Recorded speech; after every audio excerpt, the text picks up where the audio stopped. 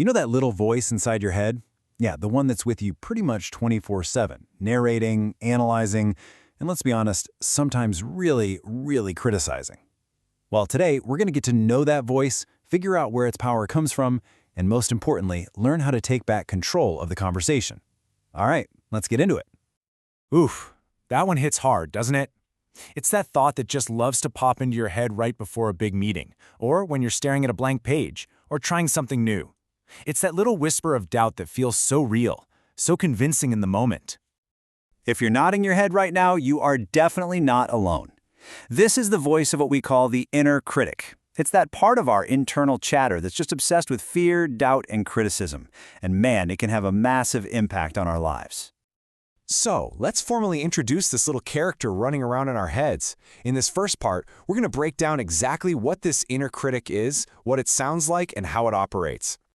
So at its core, negative self-talk is this automatic internal conversation we have with ourselves. And the key word here is automatic. We don't usually choose to think these things, they just show up. You can almost think of it as a leftover survival instinct, right? Our brains are wired to look for threats, and sometimes they just turn that scanner inward and start seeing our own imperfections as the big, scary danger. And this critic, as well, it's sneaky. It shows up absolutely everywhere. Before that big presentation at work, it's whispering, "You're gonna bomb this." While you're studying, it's reminding you of that one time you failed. It can even take a simple delayed text message and twist it into, "See, they don't like you anymore." Just spotting where and when it pops up is a huge first step.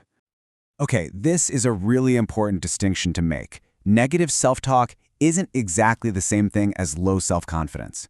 Think of it like this. The negative thoughts, the self-talk, that's the fuel. It's the moment-to-moment process that keeps chipping away at you. Low self-confidence, on the other hand, is the engine. It's that deep, ongoing state of feeling you're not good enough. One fuels the other.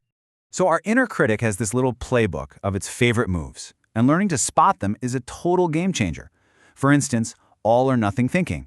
That's when you get one tiny piece of criticism and your brain goes, well, the whole thing's a disaster. Or negative filtering, where you could get 10 compliments and one critique, but guess which one you obsess over all night? Yeah. Recognizing these for what they are, common mental traps, not reality, is how you start to disarm them. All right, so we've met the critic. We know its tricks, but why does this matter so much? In this section, we're going to look at the real, tangible, measurable cost this inner voice has on our minds, our bodies, and our actual success. This is where it gets serious. And let me be clear, this isn't just a feeling. It has a real physical impact.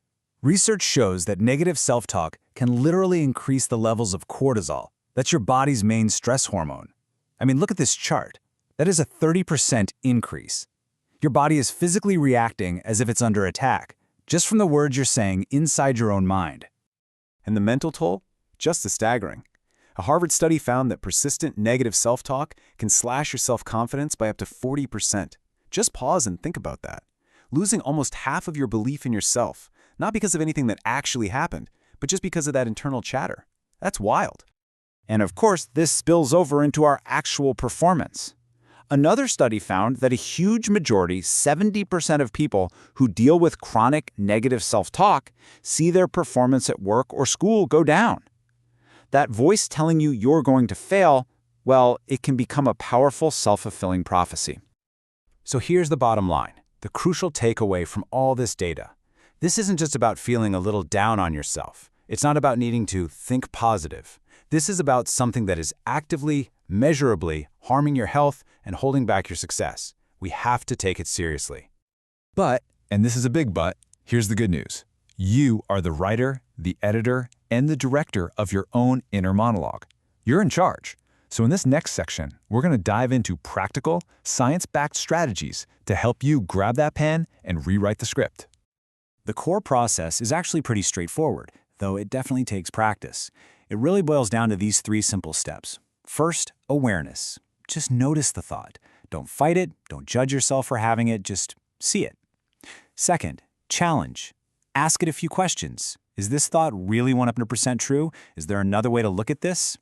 And third, replace. Swap that harsh thought with something more realistic, more balanced, and more constructive. So let's use a super common example. You make a mistake on something and that immediate automatic thought hits you like a ton of bricks. It's harsh, it's absolute, I failed.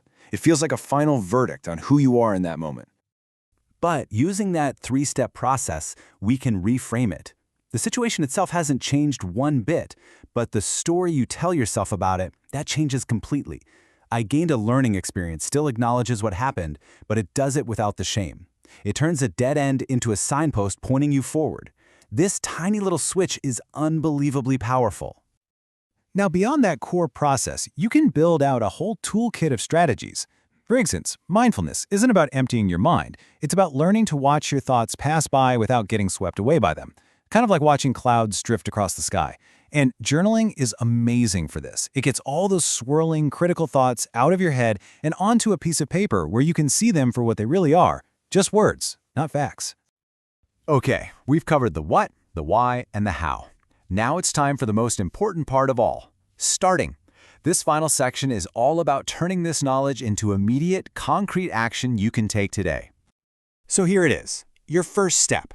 It is super simple. It takes maybe 5 minutes, and it can be the beginning of a huge change. Tonight, I want you to grab a notebook or open a note on your phone and just write down 3 negative thoughts you had today. Then, right next to each one, do the work.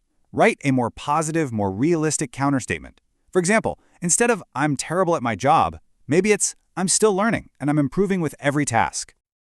I'll leave you with this final thought to chew on. We spend so much time looking for support and encouragement from other people, right? And that's great, that's important. But just imagine, what if the most consistent, the most compassionate, and the most motivating voice you heard all day, every day, was your own? That's not just some nice idea, it's a skill. And it's a skill you can start building literally tonight.